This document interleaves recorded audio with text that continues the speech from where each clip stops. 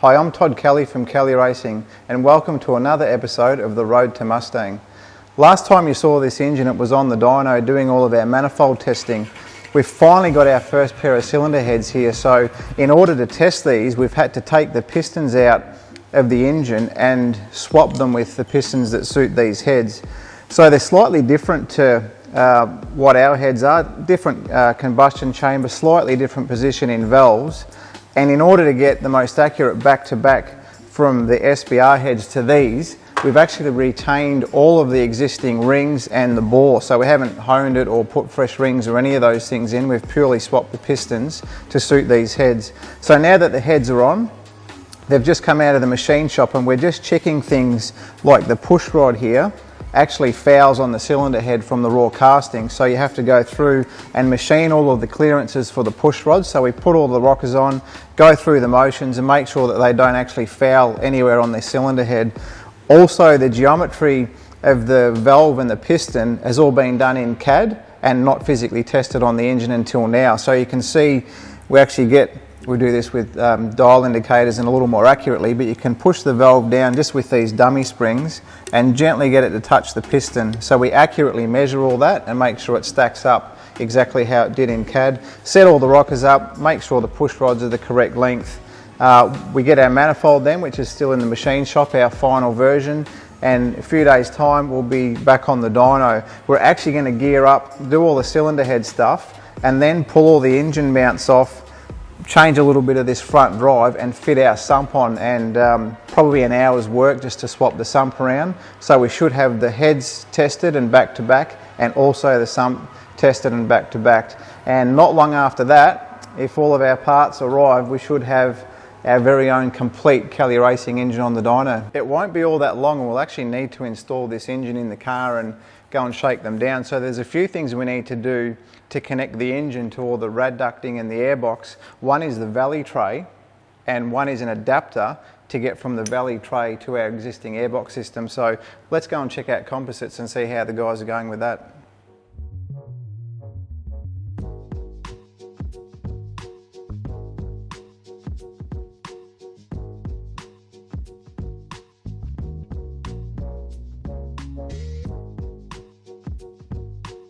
There's quite a few composite parts that carry over from our current car. We've put a huge amount of work into all of the radiator ducting, the air intake and the engine airbox over the years, so we really want to try and utilise as much of that as possible.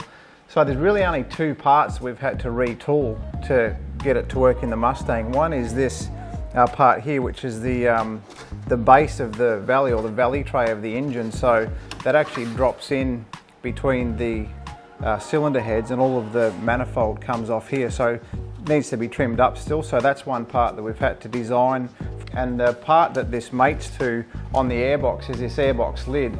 So a little bit different for clearance around the rocker covers and whatnot. So this is actually one of our current airboxes that we've cut the bottom out of. We've made a tool to modify it to suit the Ford engine, so we don't have to do all the work of the whole box. It's just the bottom part, so that'll get trimmed out. This will get trimmed out, and then that whole lot will end up on top of a Ford engine in a Mustang.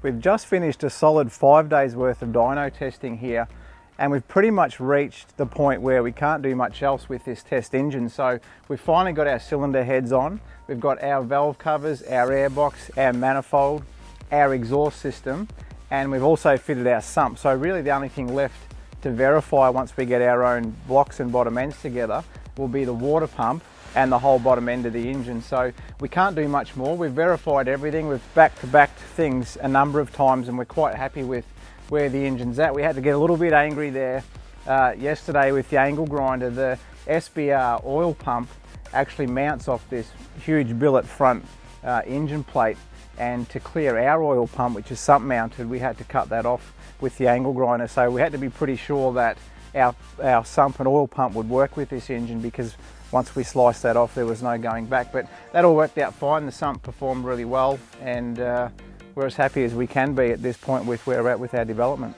So the final part of the process with this engine is to get our actual bottom end on the dyno, verify that the bottom end's okay, verify that the water pump works as we expect. Once we're happy with all that, then we head up to Queensland to the Supercars dyno and officially get our very own engine homologated. So let's head back to the shop and see where the guys are at with our engine.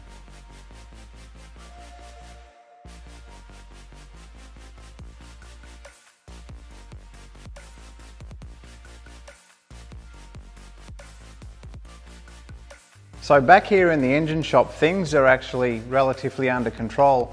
It looks like we've done nothing because we don't have any engines built. They're just all bare blocks sitting on the stands, but we've got everything prepped. We've got the pistons, the rods, everything's being ground and detailed, ready for assembly. The only thing we're still waiting on is the crankshaft, which is quite an important part because you can't actually go ahead and build anything unless that crankshaft's in the engine. So our plan is to hopefully get one in the next few days, and once we have one or two, these things will go together pretty quick. But I've got to show you this because it's absolutely beautiful.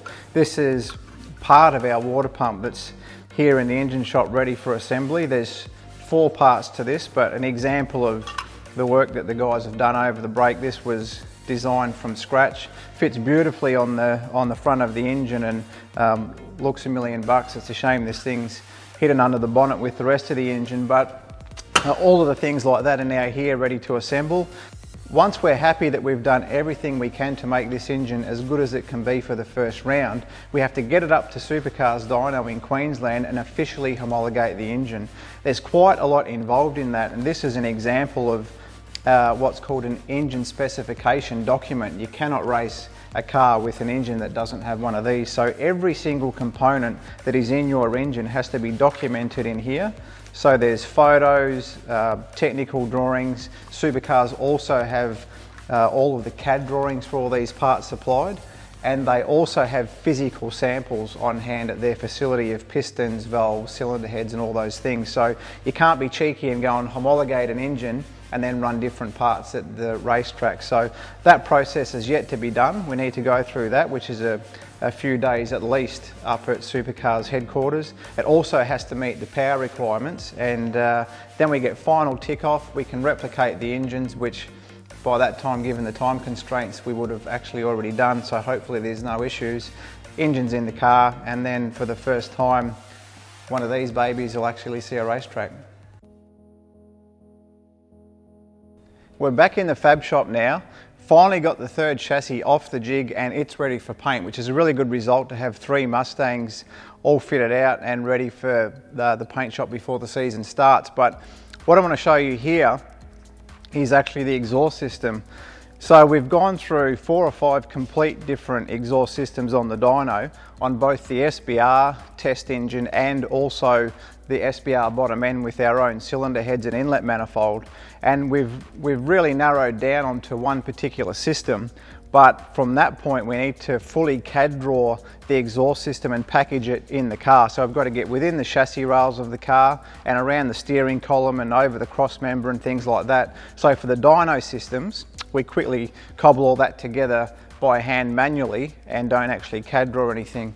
So we replicate the exact dimensions and lengths of all the pipes, but CAD draw it so we can package it and then make the final system. So you can see here, the guys give me these beautiful little folders for every single exhaust pipe.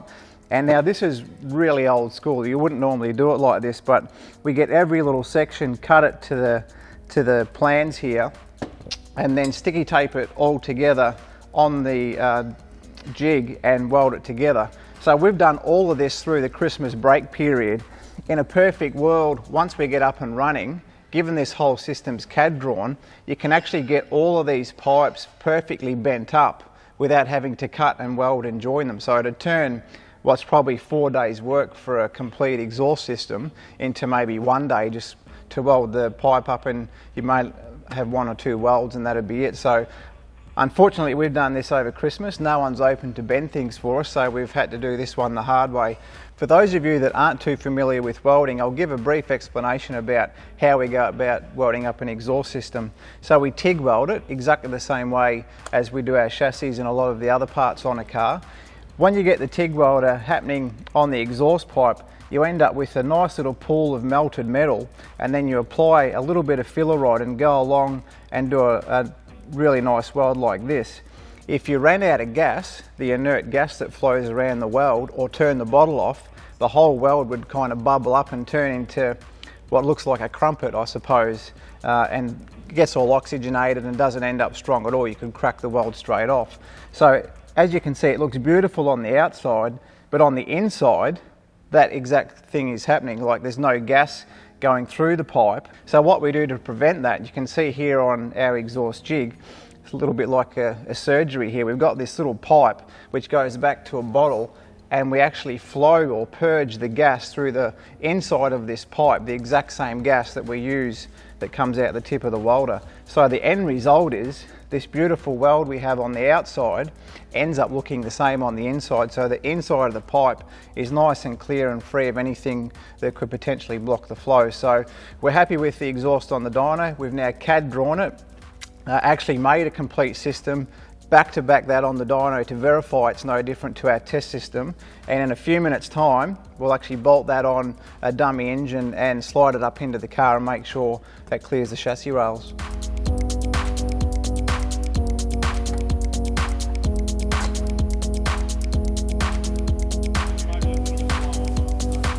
So this is the first time that the engine has seen the car. Everything's gone to plan. The CAD models we had of the exhaust system and all the clearances to the rails, the airbox to the back of the roll cage here, everything is exactly as we expected. There's only less than 1 millimeter clearance in a lot of these places, so it couldn't have gone better.